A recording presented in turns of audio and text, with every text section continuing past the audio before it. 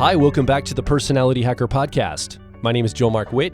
And I'm Antonia Dodge. In a moment, we're going to jump into an interview with Klaus, who identifies as an ISTP personality type.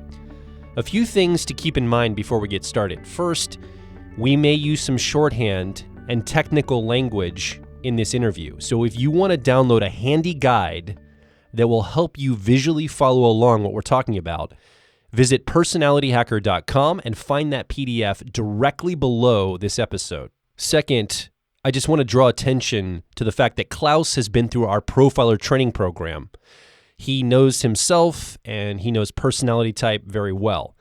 So with this in mind, we want to encourage you to look past stereotypes you may have for the ISTP personality type.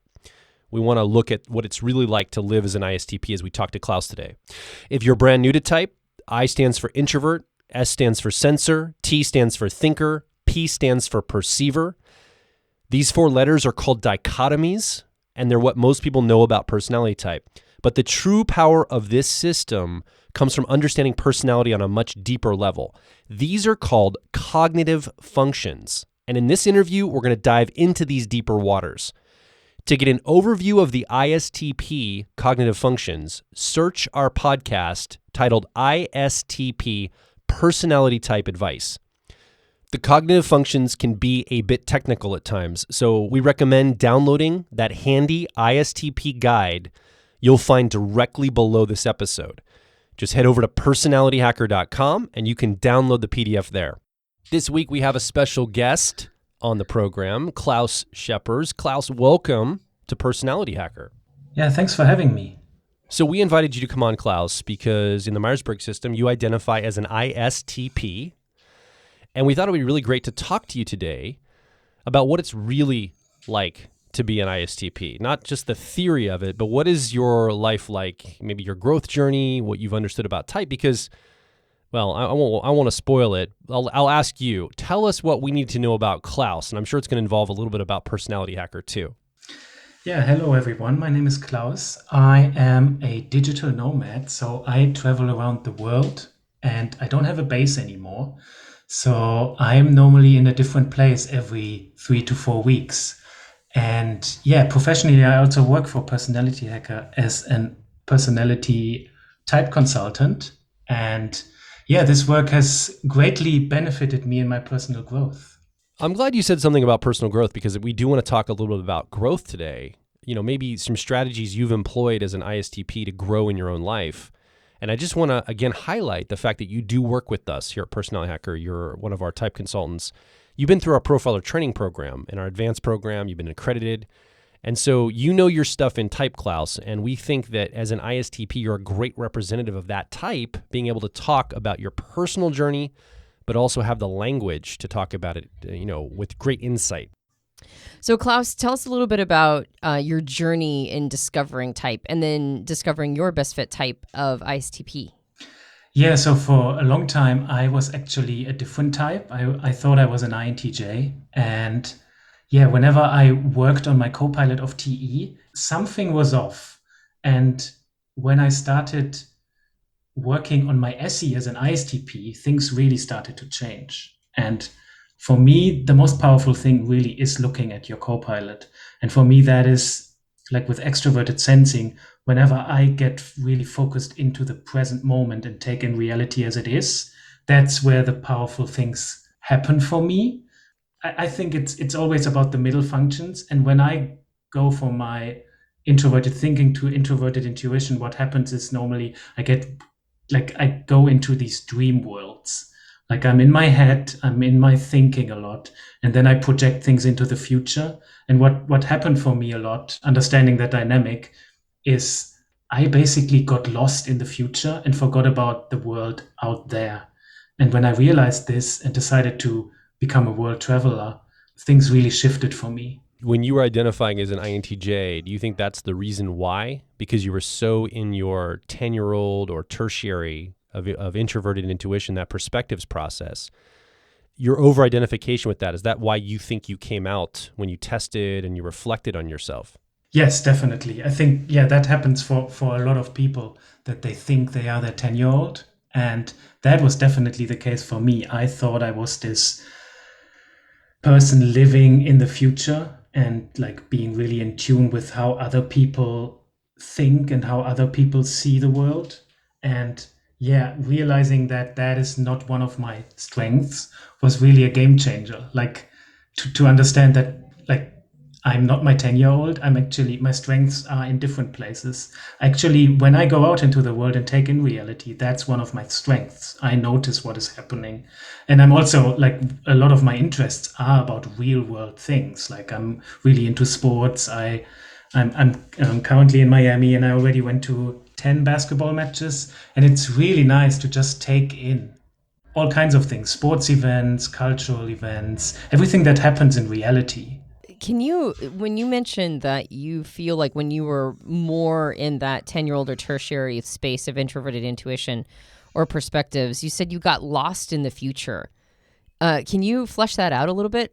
Yeah, so what happens, like, especially for like the dynamic with the middle functions, it's really like I'm bypassing whatever is in front of me and I go into some future place. So for example, in my 20s at parties, I would spend a lot of time in my head instead of actually interacting with people. I also got lost in some, yeah, in my 20s, there were a few like love stories that weren't really real. It was long distance. I got really lost in the potential of the relationship instead of actually doing things to make it work in reality. So almost like a fantasy of what could be. Exactly. Yes. Yes. It was, yeah, it was really like, I actually called those like fantasy loves. I was really like, and it might sound a little too negative, but I think I was a little deluded. Like, and I think that is what can happen. Like I'm in my thought world a lot, and then it's really a dream world, and it's not happening in reality. And like realizing that dynamic was so helpful. Like there's a few things I just told myself I have to do. I have to focus on becoming present. And I actually notice it whenever I become impatient, I notice how I'm going into my NI. I want to make things happen that can't happen right now. And then I go into this future place of these things already having happened. And whenever I just focus on what is happening in the present moment, there's nothing that really can bug me anymore. It's like that kind of presence is really powerful to me. And Wow. getting into different so for about a year now I'm doing a meditation practice called circling, which is basically a meditation with people. And what that does is like it helps me to really become present and then also accessing my extroverted feeling. It's almost like I can use the co-pilot to access my 3-year-old. So I get into this present world with people, and then strange things happen. I actually it becomes much more natural for me to also to care about people in a different way, accessing my extroverted feeling. Yeah, that's really powerful. It has helped me greatly. So what I hear you saying is there's this narrative in your life, this story you've had where in your 20s, maybe before that, you're living in your head a lot. You're finding patterns in the world. You're living in these abstractions and these possibilities, these fantasy worlds, whether it's love interest or things you want to do in the world. And in recent years, you went, wait a minute, I'm an ISTP. I need to be much more grounded. I need to be present to the reality of things. You got into your co-pilot of extroverted sensing or sensation, away from that 10-year-old of perspectives. And you said not only did it make you present and you started to come alive, but this gave you access to the part of you that's that 3-year-old or that inferior of extroverted feeling or harmony. And now not only are you more present and feeling better about things, you're also connected to other people more, which is really powerful for an ISTP, I'm guessing. Yes. And as you were talking, I realized it's also the other way around. Like when I focus on people, I can also enter the present moment. So it's not only by accessing the co-pilot, I can access the 3-year-old. It's also the other way around. Like by just focusing on how other people feel and how they are in the moment, I can also access that presence that I feel like as an ISTP, I need so much. I think everyone needs it to some degree, but I think for certain types, especially SE and NI in the middle, I think, there's something happening that is hard to put into words. It feels transformational. Like to fully embrace that kind of presence, it's like all the worries are stripped away. I don't access introverted intuition anymore from a place of like this fantasy. I still use it, but I use it after I get into reality and extroverted sensing. Like it's now in the right order of things. What does it look like when you access your introverted intuition or perspectives after you've accessed that presence of your extroverted sensing? It's like all my decisions are based more in reality. Like I take in whatever is happening and then I plan about how to go about it. It's like actually planning for things in reality instead of planning for them in my head and then going to reality. So then when you use your intuitive process, you were using it like in more of a futurist way. You were using it to like try to sort of plan for things and predict outcomes. Did you also find it to be something you went to when you were trying to, well, I guess you did say that earlier, that you were trying to figure out how people thought, and you thought it was a strength of yours to get inside other people's minds? Yes. And it's like, as you were talking, I realized like it's really imagining things that are not there. Like if I go to my introverted intuition first, I'm imagining things. And sometimes I will still be correct. But if I go through how things actually are before I imagine how things could be, then that's really the game changer in that dynamic. And I would imagine that a lot of what you were using was also, to get inside other people's minds was actually your introverted thinking or your accuracy driver. Yes. I think, that's like the introverted thinking and introverted intuition working together a lot. When I use SE, then my TI gets better. When I use NI or when I use SE first, it's actually my thought process is fed with real data instead of made up data that I don't have proof for. Has this impacted you professionally as you do profiling consultations? You're on the team here at Personality Hacker and you're sitting down with people one-on-one over Zoom or in person, and you're professionally helping them arrive at a best fit type. How has that experience changed as you tap more into that extroverted sensing or sensation process? I'm guessing you're still using your perspectives, but are you noticing more of their body language in detail now? Are you paying more attention to their words? Or are you still abstracting things? Like, what's that process look like for you? Yeah, that's a great question. It has helped me so much in profiling, I think. Like, I feel like when I embrace that kind of presence, there's almost nothing anymore that can like derail me. Like when I'm fully in that kind of presence, I'm really with the other person. And I think the profilees also noticed that. It's almost like I'm not planning anymore what to ask next. I'm going with whatever they say and try to go deeper based on what they say. And it's like, and you would have to ask profilees about this, but I've heard feedback like that. It's like that there's much more freedom in the conversation and it's much less like planned. And for me personally, it has helped me greatly to not plan as much and worry about how the conversation is going. The conversation is just going as it's going, and I'm there with the other person. And I feel like the information I get based on that is so much better than just firing away question after question.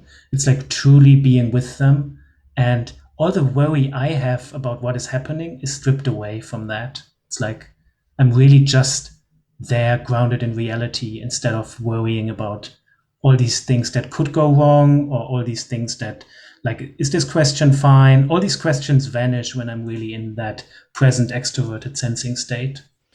So there's a like a self-consciousness that you experience when you're not present. When you're in your introverted intuition or that perspectives part, there's probably like a bunch of anxiety about how is this other person actually thinking, or what's going on for them, or like a sense of uncertainty and a little bit of anxiety. But when you find yourself in that space of presence, what I'm hearing you say is that you're not worried about any of that stuff. You're just with the other person. And so you don't have to wonder what's going on in their head because they're probably more forthcoming. Yes, exactly. Like, and I would still check with them if I have like an intuition, but it's so much more accurate when I'm first focusing on what is happening for them.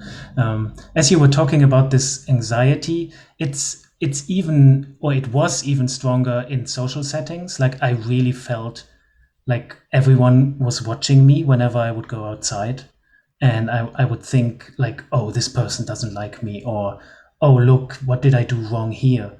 And yeah, when I go into that place, obviously the worry is coming in quickly. But instead, when I'm just grounded in what is actually happening, I don't make up all those stories anymore. It's like I'm looking at what is happening, and sometimes there still might be these things happening that I should actually worry about.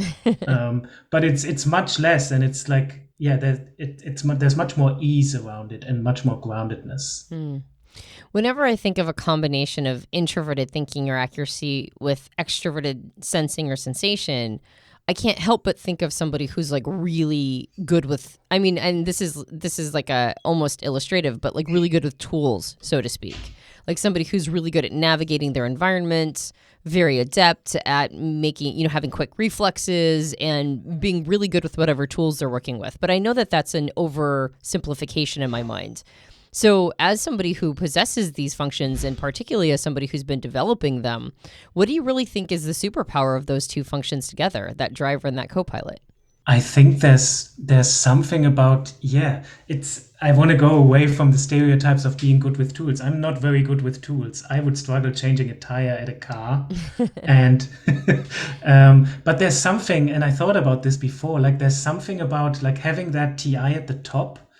It makes you really independent, and it makes you really think things through for yourself. And I think when it is paired with extroverted sensing in a healthy way, you actually take in reality as it is. And then you have this independent thinking that is really like, I feel like the superpower is not being able to be pushed around. Like I will decide what is right for me, like what feels true, but also what I think is the right thing to do. And I feel like ever since I did that, I mean, I had, maybe we can talk about like worldview shifts. I had a few worldview shifts when I got fully into my SE and the way society is organized. Yeah, I would love to go down that rabbit's trail. If you're game, what were some of your worldview shifts about how society is formed?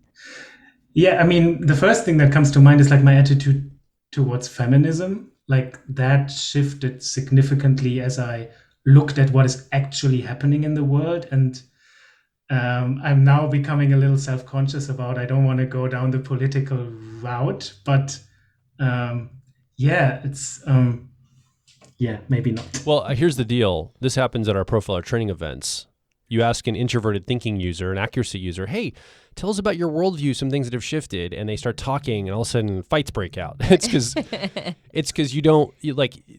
it's indicative of the type. You don't pull punches. You talk about the truth that is your truth, how you see things, and you're not sitting there worrying like, how will this necessarily be received in society? I mean, you might worry about that and just not say anything, but once you start talking, you share your actual truth. And I think that's a superpower, but what crosses you also, or what supports you, can also cross you in a way.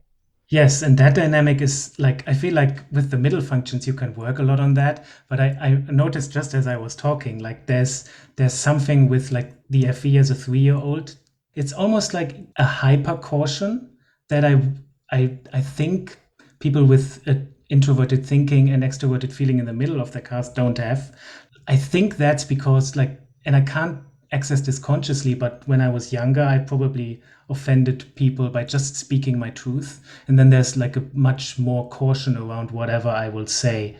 Yeah, I almost want to call it hyper cautiousness around whatever could offend other people, because there's not this balance with my 3-year-old that I track.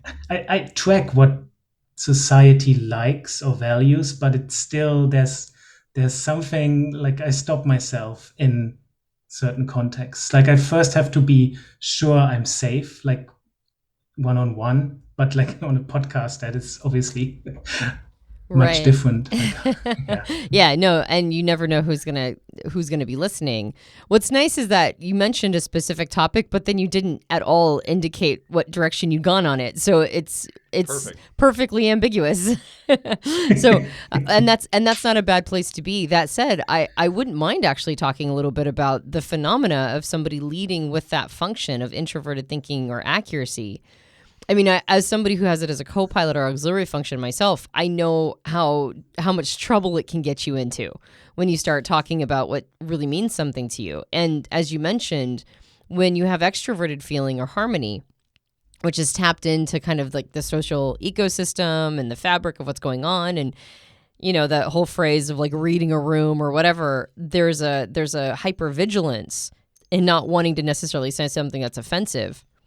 How do you, I mean, I guess the question is, how do you survive as somebody who's leading with introverted thinking or accuracy, which is meant to hone your skills, sharpen how you think, accept reality as it is and not in a flowery way, and then express that, like the desire to communicate and express your thoughts, and having to navigate through a world that can be quite sensitive. How do you survive that experience? Yeah, as you were talking, the first thing that came up was the internet. Like, it's so helpful to get reality and like different perspectives through the internet, and then also having like friends you can actually share everything with. And that's mostly one-on-one, because groups tend to, and now I will sound like extroverted feeling bashing maybe, like groups tend to focus on the consensus, and the consensus is rarely what I think is true.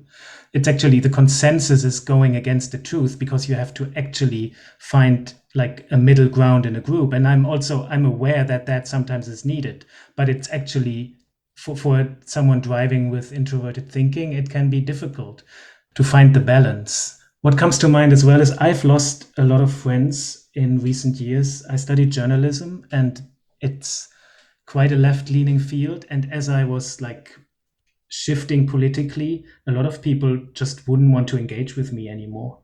And it's actually hard to admit, but there is some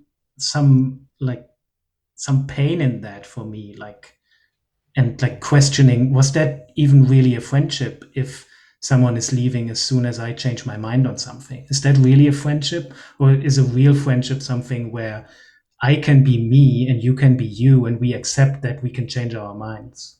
Well, that's something that people have a struggle with, I think, in general. I don't think just introverted thinking primary users have that struggle. I would also like to ask you, I'm guessing, I'm going to project something out, Klaus, that I'm not sure is happening, but I'm going to pick up a pattern and project this onto you, and you tell me if I'm right about this. There's been people that have been turned off by some of maybe the ways you've recalibrated your thoughts and the way you think about stuff. And first of all, by the way, I'm guessing you're always refining these. Like, it's never you never get static. You're always looking at your thoughts and recalibrating. Am I right on that? Yes. Yeah. So it's not a static thing. So you have people that are like tuned out from you, but then I bet there's another class of people who are quote unquote trying to be helpful. They're trying to educate you into the right way to think about things. I'm guessing like society, consensus people, or other things like that. And they're genuinely like, they're coming in, they're like, Klaus, you just don't have the right view on this. Let me sit down and explain to you why you need to change your mind about this. I'm going to help you, Klaus, come to the right view on something. I'm guessing you have that experience too. Is that correct? Yes. And that sometimes can be eye-opening, and sometimes it can be frustrating.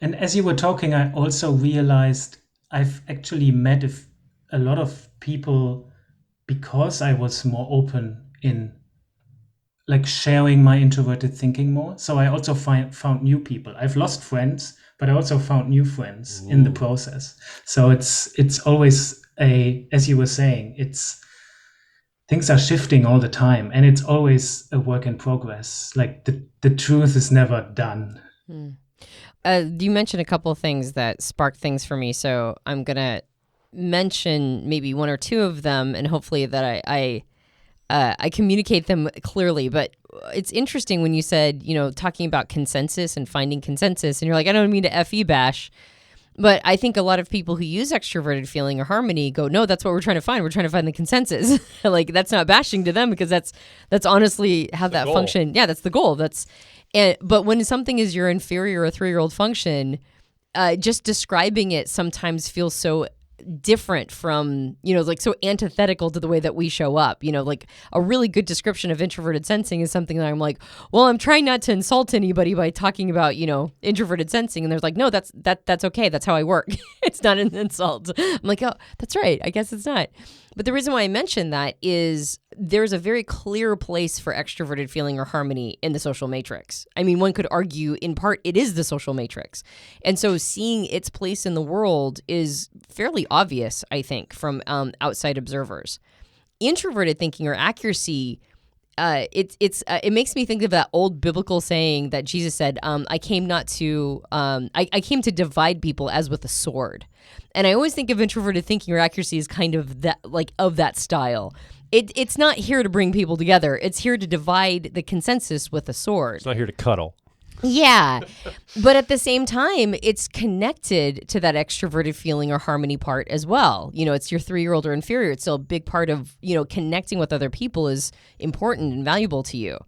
So as somebody who leads with this, and particularly somebody who pairs it with a sensing function, not an abstraction, not like theoretical, but grounded in reality, from your perspective, why do you think this is such an important function to have? You talked about refining your thoughts, and that's important, but why do you think that this is something that comes to, from the outside world, appears to come to divide? Why do you think that this needs to be expressed? I think it's very important to actually update whatever we have as a consensus. Like when I think about, if I imagine a world of pure extroverted feeling, what would happen is no one would dare to speak anymore. No one would dare to speak their personal truths. And we actually need those personal truths to actually update the consensus. And I don't want to go into controversial topics. That's happening again. But it's like, and I don't have to explicitly name them, but it's sometimes we actually need to hear the voices that are disagreeing with something. And when there's an overfocus on consensus, we can't even hear those voices anymore. And as you were talking, I imagined all the TIs sitting in their rooms having these subjective views and not sharing them. And I have extroverted feelings, my 3-year-old. I don't want to have all these culture wars and public quarrels, but it's also sometimes needed to actually update those consensus. Mm-hmm. Yeah. So what I hear you saying, almost the metaphor of a software update for society. Society's going through on an operating system of extroverted feeling, how we relate to each other. And then from time to time, that gets stale and old, and there's things that need to be recalculated. And so we update those through new truths. And I think somebody right now would probably argue, well, that's what's happening in the world. That's what's happening on the social scene, is there's a lot of things breaking through.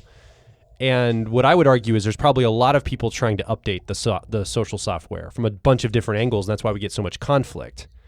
And then you can see extroverted feeling trying to shut it all down and be like, well, let's just go back to consensus. Let's not fight about all this. But there needs to be that conflict to get to the resolution for the update. So I think that's something I think you articulated beautifully, Klaus, in that introverted thinking brings those personal truths that give us an opportunity to update. And man, that's what a great way to put it. Yes. And I'm acknowledging that's my personal truths.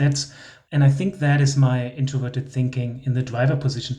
I'm very accepting of other people's views, I think. I mean, I still think some of them are really dumb, but I still think everyone is entitled to them. Everyone can have their stupid little opinion. And I don't mean it in a way of I don't want to dismiss it. And I don't know if that is actually true for all TI DOMs, but I actually want to hear if you disagree with me. I'm really interested if you think what I think is stupid or should be updated. I'm really open to hearing it.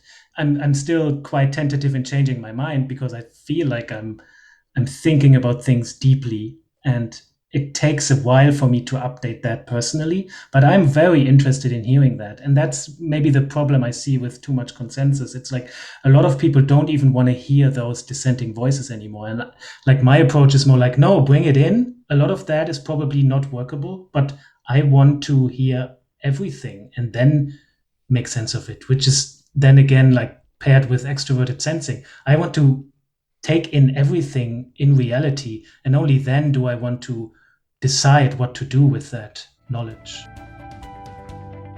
We will be right back. If you're focused on personal growth, I think you'll resonate with our core content over at personalityhacker.com. We want to see you understand how your mind is wired so you can generate motivation, improve social skills, find career opportunities, and master excellent decision making. But a quick warning, we are advice and action focused in all of our articles, podcasts, and videos. This means that we attract people who like to be challenged to become excellent, to take action, to put in the work to optimize themselves, not simply just gather more information. If you are committed to personal growth and ready to radically find your inner truth, then come over and be a part of our growing community of like minds at Personality Hacker. Now back to the show. What I hear you saying is that part of what introverted thinking or accuracy does for the world isn't to just deliver truths, but it's to also make a space for other people to share their opinions about what truth could be. Yes, I feel like I'm seeking that out more these days. Like I also want to almost amplify dissenting voices. Yeah, just let people know, yeah, I also see what you're seeing. Because I feel like, as I already talked about, that's actually, what I just realized is like, there can be a danger. It can become, if you're not cautious as a person leading with introverted thinking, it can become quite lonely if you don't share your views anymore out of fear, or if you don't speak to what is your personal truth, then it gets also more difficult to know, and it's also more difficult to update it. Like, I'm sure there's some of my views that are wrong. Everyone has some views that are not based in reality fully. Then it's good to actually talk about it, but because then you realize some pushback you get on your thinking is actually valid, and you should take it in and update it. And if you don't share it anymore, it can become like, it's almost like a self-referencing of sorts. And then you convince yourself you're right about things, which is, I think, can be one danger for people leading with introverted thinking, that you just think the world is stupid and you are like, your thoughts are what is ultimately true. And that's not true. Like, introverted thinking is a subjective function, and it's just my personal truth. Yeah. And if I share that enough, I will also get feedback and can update it properly. Well, and that's part of the fantasy that going to extroverted sensing or sensation helps tackle.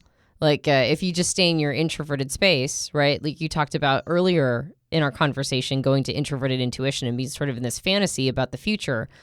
And I suspect also the fantasy was like, and I'm also seeing all the angles and I'm always right.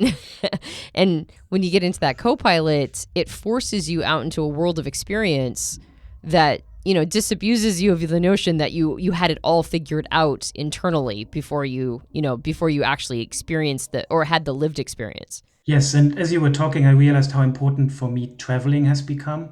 That's taking in the real world and seeing. It's almost like taking in different sensory perspectives. I have in the last 4 years, I've gathered a lot of perspectives of actual sensory stuff, like cities, but I've also met a lot of different people. And it's like really letting that reality fully in. That has changed my life and like benefited me so much in just opening up to the world. And I think that's true for all introverts. Like, whatever the extroverted co-pilot is, just focus on that and let that in, and then slowly you're growing. You were telling me a funny story. We saw each other at our most recent Profiler training event because you were there. You were telling me that you were in the United States traveling around, and I guess you got to somewhere in rural Alabama, or at least, no, I think Mobile, Alabama or something. You were like, I didn't know like there weren't Ubers and extra like things in this area. So I just ended up like kind of hanging out in Alabama, as a German dude, just trying to figure it out. Like, not sure the culture, the experience, but you were telling me you learned a lot through that, and that was a really cool experience you had because of it. Yeah, I really like randomness. Like, sometimes it's not even that important where I'm going, which is, it sounds like quite extroverted sensing. It's not that important what the future is. It's not important what the next city I'm going to is. It's just a new experience. And new experiences as an introvert, that's, I think, always like beneficial in my life. What I hear you saying too, and you mentioned this earlier, that your extroverted sensing or sensation helps you connect with the harmony part of you, extroverted feeling, and vice versa. I'm getting the sense that, as an ISTP, of course, you're not going to represent every ISTP, but it is nice hearing somebody who has gone through, somebody of this best fit type that's gone through sort of this aha, this really big sort of come to Jesus about how important it is to get out into the world and experience. And what I hear you saying is that, or at least when I think of extroverted sensing or sensation, I now think of the two phrases. One is effortless flow and the other one is max aliveness. And it sounds to me like when you allow yourself to be in the space of effortless flow, where you're not too worried about how things are going to pan out or the implications or planning everything or, what the future will hold. If you just hand yourself over to the experience, what ends up happening is you just naturally navigate to a place of sharing experiences with other people, being able to connect on a one-to-one level, feeling so much more permission to communicate your honest and authentic thoughts. And it makes this really nice soil for relationships to grow and connection to grow. My suspicion is that the more you've developed this part of you, the less lonely you feel all the time. Yes. I mean, I've never felt lonely too much in my life. I just like my own company still, even though I'm working a lot on these outer parts. It's Sure. like sitting by myself in a room is still very fulfilling to me, but it's like the growth doesn't happen when I sit by myself in a room. The growth happens, like, for example, when you said effortless flow, it feels like this conversation feels like effortless flow to me by now. It's like I've accessed that part that just shares what's coming up. A few times I said, as you were speaking, what happened to me, there's like this perceiveriness, like I'm just going with the flow. And when I imagine, like, if this conversation happened 3 years ago, I would worry so much, oh, was that the right thing to say? And it still happens, like when I stop myself talking about certain social issues, but it's like I feel much more like that free flowing. I take whatever is happening in the moment. And that's actually one of my strengths. I can roll with things that are happening in the present moment. And like back in the days when I thought I was an INTJ, I over-identified with that NI part of me that thought I am not good at sensory stuff coming at me. And like that's really like what shifted everything for me to realize, no, that's actually one of my strengths. Like whatever is coming up, it's like just speaking now, I'm looking forward to whatever you're going to say next. And in the old mindset, there would be more the place of worry of like, oh, what would the next question be? Can I prepare for that? Obviously, that's important too, but it's more like just flowing with whatever is happening. Two things have come up for me. First thing is that you also, it seems like you give yourself permission to go, I started talking about a thing, but I think I'm not going to talk about that. Like to censor yourself in real time as opposed to try to pre-censor. Yes, and also giving myself permission to whatever is coming up for me right now is probably related to what you were saying. Yeah. And then the second thing is one of the ways I have come to, when I'm in a profiling session and I'm talking to somebody who I suspect might be an ISP, one of the things that tips their hand or has in the past is that they have a really hard time expressing themselves. Like particularly when I ask about how they're operating, how they think, what's going on for them, it's really difficult for them to express themselves. And since I've been around you, since you've really flourished in this extroverted sensing or sensations place, I have not experienced that phenomenon from you. Like you said, you're just it's almost like you're channeling or something. You're like, I'm just going to talk. I'm very curious about what's going to come next. And I'm just going to allow myself to authentically express, which I find to be a surprising, but really awesome benefit of developing this function. That you're not so in your introverted intuition or perspectives where you're like worried that the thing you say is going to perfectly encapsulate or represent you. You're just like, I'm just going to talk. And then as I go, I'm like, oh, maybe not that. Oh yeah, definitely that. Okay, let's see what happens next. And so what's ended up happening, at least from my observation, is that you've become one of the most just expressive ISPs that I know. And it's fascinating that leaning into your extroverted sensing or sensation has helped facilitate that.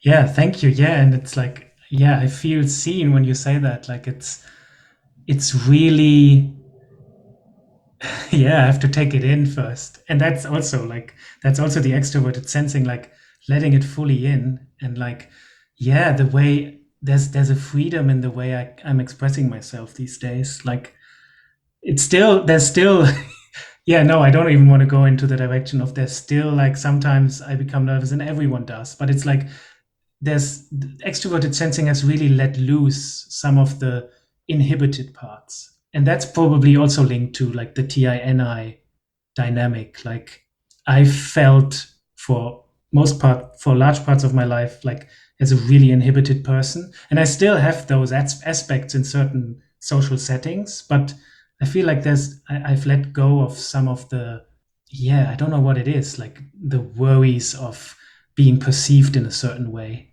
Yeah, a lot of that is linked to the tertiary and I, like feeling like someone is watching you, feeling like you're being perceived in this way, and like realizing that's not in my control. I'm imagining things most of the time, and just getting grounded in what I'm taking in reality is really like that was the game changer. How does your introverted thinking work for you? Are you having conversations in your head? Like, are you talking with yourself to refine ideas? Are you going for like walks and you're just letting ideas bubble up out of your perspectives and then you're working on them in your introverted thinking? Like, what does it actually look like inside of Klaus's head as you're working out an idea or a thought pattern or you're trying to make distinctions about something? Yeah, that's where we get to the place what Antonia said. It's very hard to explain. It's almost non-verbal. The question that came up is what about this? What about that? Like there's also like shifting the perspectives. What if this was true? What if that was true? But a lot of it is also non-verbal for me. Like I feel like my best thinking happens when I'm not thinking about things, but I'm still thinking about them in like the back of my mind. Like music is very helpful for me to not only process emotions but also process thoughts. And then there's still what is ascribed a lot to people with an eye in the front of their car. It's like there is aha moments where out of nowhere I would get these insights. So, if the lifestyle of the stereotype of ISTPs, oftentimes metaphorically given this name of mechanic, well, whether or not they're like literal mechanics or if it really is a metaphor of the way the ISTP mind works. Can you talk a little bit about, like, you're in a really good space. You are doing tons of growth work in your auxiliary co-pilot function, and your lifestyle is very open. Can you talk about some ways in which you do identify a little bit with those stereotypes and ways in which you don't at all? And in fact, you think that the stereotypes around being ISTPs might be dead wrong. Yeah, I feel like the first thing that came to mind is like this. And I'm not sure I can, like there's a certain badassery about it. Like I do what I want. And as I got into the extroverted sensing, it has helped me to actually embrace that more fully and like in a more felt sense instead of just being in this thought world that a lot of or most TI DOMs are in. Yeah, the most inaccurate thing for me about ISTPs is being good with tools, being good. When you talked about the mechanics of things, and I was going to that place of the mechanics of thought. I feel like I'm well versed and yeah in that, but I feel like I still struggle with certain sensory things like fixing things or yeah, like I already talked about, like I do not understand how a car works. And that's probably rare for ISTPs, but I'm more interested in the intuitive conversations and things happening there. But that is also not my biggest strength. My biggest strengths are still in the sensory world. And realizing that was really like what changed it all. And what I do resonate with a lot is like, especially the perceiver aspects of like being able to respond to what is happening to me.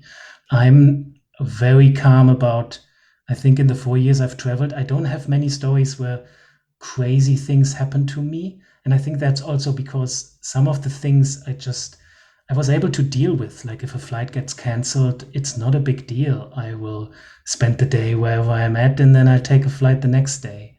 Yeah, and when I think back at when I started, I was much more freaked out by those like sudden shifts where someone was not doing what they're supposed to do, and that's not happening anymore. Like it's very difficult now for me, I think, to get really startled by someone not doing their job, or like a flight getting cancelled, or and it's like everything will be fine. Like in the present moment, everything is fine. And then I can go from there. I think there's a lot of ISTPs in Myers-Briggs communities that are mistyped as intuitives because of the thing you just mentioned, which is you don't identify with being that great with tools. My suspicion, I suspect this, I don't know this to be true, but my suspicion is if you decided that you were really interested in it, you'd probably take to it easy. But your life experiences haven't led you to that place. And so regardless of whether or not you would have a talent for it, you don't have interest and skill developed. And so because of that, you're not going to identify with that part of those descriptions. And you're just naturally more interested in things that would be maybe considered traditionally intuitive things, when really it sounds like you're not engaging with those things in an intuitive way necessarily. You build better skill around understanding thoughts and understanding how people's minds are wired.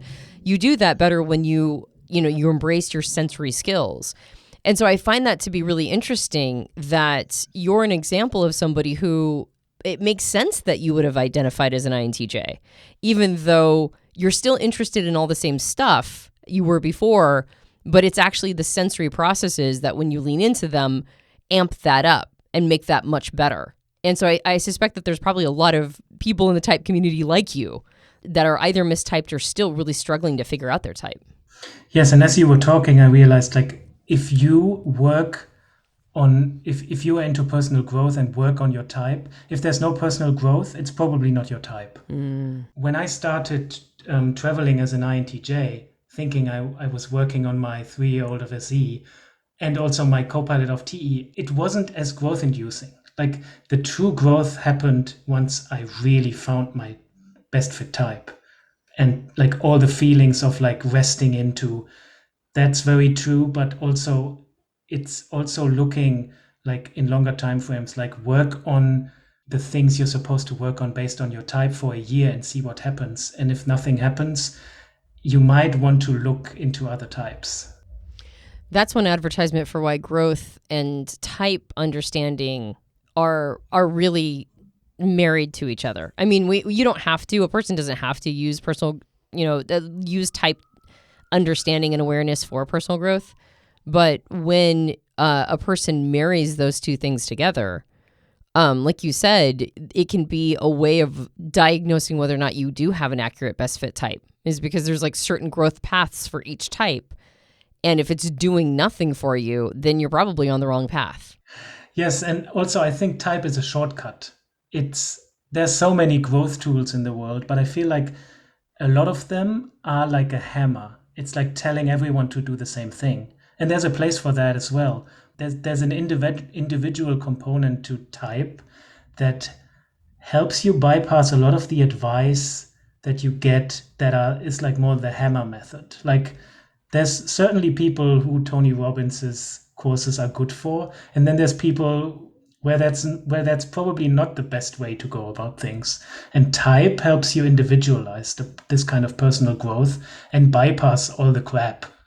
I like that you mentioned that as one of the things that you identify with as an ISTP, and with sort of maybe some of the stereotypes, is being cool under pressure. And what I heard from you is that you just don't dramatize your life. Like you don't have a bunch of stories of all your travels, because if it was something that maybe somebody else would have dramatized and turned into a story, you just shrug and you just handle it. I love that growth and development has gotten you to that place where the best parts of your type are now manifest, which is that ability to just remain cool under pressure. And as you mentioned, that it's a shortcut because you wouldn't have necessarily been able to get there without your best fit type. As an INTJ, it sounds like life was more dramatic when you thought you were a different type. And part of landing on your best fit type as ISTP is that the drama went away. Yes, which is also what came to mind there, is to hold type loosely. Like I feel like, especially at the beginning, I over-identified with INTJ. I mean, there's still growth happening, but it's also, if you become too attached to a certain type, even if it's your correct one, it's still like hold it loosely. Before we complete, I mean, you're you've been so helpful in diving into each of these functions. Usually we talk a little bit more about your life experiences, but man, you've just done such a beautiful deep dive. I would love to get your impression of how you use extroverted feeling or harmony as your 3-year-old or inferior, how you've integrated it. Like sometimes it's called our aspiration, which is, like the goals we have in life are oftentimes associated with this part of who we are. It doesn't necessarily have to be yours, but what kind of relationship have you built with it? And what are ways that you integrate this process into your life? So the first thing that comes up is circling. I am working to become a facilitator, and actually I feel like it's this safe container for me to share my emotions and also to share care for other people. And I don't know if I need that safe container, but it feels so empowering. Like when everyone is focused on their own presence, it almost feels easier to get into this effortless flow that we were talking about. Yeah, then also, we haven't even talked about relationships and how to use type in relationships and how it has also benefited me in understanding myself and others in relationships. Yeah, using it in relationships, it has also shifted, like acknowledging my 3-year-old of harmony, and like, I do want everyone to get along. Even though I'm quite a detached person, there is a part of me that there's something happening in my nervous system when there's conflict. And I don't want there to be conflict. I would love, I get reminded of a sentence I said before, like, I never get offended by the content. I only get offended when people don't treat each other with respect. And I feel like there's almost no truth that can't be uttered. It's like you just have to find a way to say it in a respectful manner. And then it's like you can almost communicate anything. That's perfect. I love that you mentioned there's something that happens in your nervous system when you're around conflict. And I think that that's something everybody who has extroverted feeling or harmony, I mean, I have it as my 10-year-old or tertiary function, and I know exactly what you're talking about. It's like it strikes us on a visceral level when there's conflict around us. Part of how you've integrated the extroverted feeling or harmony element beyond pursuing things like circling, which sounds awesome, by the way, beyond, being a facilitator of that or, really understanding the importance of that. Another piece of it is when you hold space for people's ideas with introverted thinking or accuracy, when you allow them to say whatever thought that they need to communicate, that's part of how you're showing them connection and acceptance with that extroverted feeling part of you. Yeah, I don't know why, but I feel like I'm good at holding that kind of space. I see the dynamic that you create. And, you said we didn't even talk about relationships and how it's benefited, but I would love to tap in. Like, how has understanding type and understanding your best fit type in particular really helped with relationships with you? Yeah, it has helped a lot in handling conflict. Like I remember in one of my past relationships, the other person said, well, if I didn't understand your type, I would be offended now. There's like, especially when both people are into typology, there's like this mutual understanding and this like a navigating of conflicts is like, it's so much easier to navigate it and to understand the other person better, but also help the other person understand your point of view. And I feel like type is so helpful in giving us language for that. I can't think of anything else that is as powerful in helping us bridge that gap of communicating, which is especially important to me. Like expressing myself sometimes can be difficult, especially in the emotional realm. And then having like this bridge of type to get through that. Klaus, as we begin to wrap up the podcast today, what would you say to the 15-year-old Klaus, like the version of you that's younger, that's getting ready to, go on past high school into the world? What would you have wanted to know if an older you could have come and given you advice at the age of 15? The first thing that comes to mind is like really focus on your environment and like get into presence, like really focus on reality and take in everything as it is. And just even there's a slowing down in that as well, even for introverts, like really taking everything in instead of making up stories about what is happening. Klaus, thank you so much for being on Personality Hacker today. We really appreciated hearing from you about how your mind is wired and some of the growth that you've been through. Yeah, thanks so much. It was fun to talk and express myself. So what do you think? You've been listening along. You're the fourth person in this conversation between me, Klaus, and Antonia, but you have not had a mic yet. Well, we can't give you a mic because the recording's already done now, but you can come over and make your voice heard at personalityhacker.com directly below this episode. Feel free to leave a comment, ask a question, or more importantly, share your personal story. What's coming up for you as we talk with Klaus? Maybe you're an ISTP on your own growth journey. You figured some things out. Maybe you're just starting on your journey. You've got questions. Or maybe you have an ISTP in your life and you could share a little about your experience with that person. Come over and make your voice heard at personalityhacker.com. And if you enjoyed this podcast, you can subscribe to us on iTunes and various Android platforms. If you leave us a rating and review on iTunes, that helps us out a lot. We have a book. It's called Personality Hacker. You can get it in all major book retailers. If you want to special order it through one of your local bookstores, that would be awesome. Support them. And what's nice about the book is if you were listening to Klaus talk about how his mind is wired as an ISTP and all these different cognitive functions, well, the book helps you deep dive into the cognitive functions or the mental wiring of each of the 16 personality types. So if you're more if you want to get more into that, or if you're interested in understanding how your mind is wired, get a copy of the book, Personality Hacker. Once again, if you get it through a local bookstore, we're happy about that. And if you want to leave us a rating and review on Amazon or on Goodreads once you read a copy, that would also help us out a lot. And of course, we have a suite of programs that are personal growth oriented through the lens of personality type. Head over to personalityhacker.com and under our catalog of programs, see if there's one that's right for you. My name is Joel Mark Witt. And I'm Antonia Dodge. And we'll talk with you on the next Personality Hacker podcast.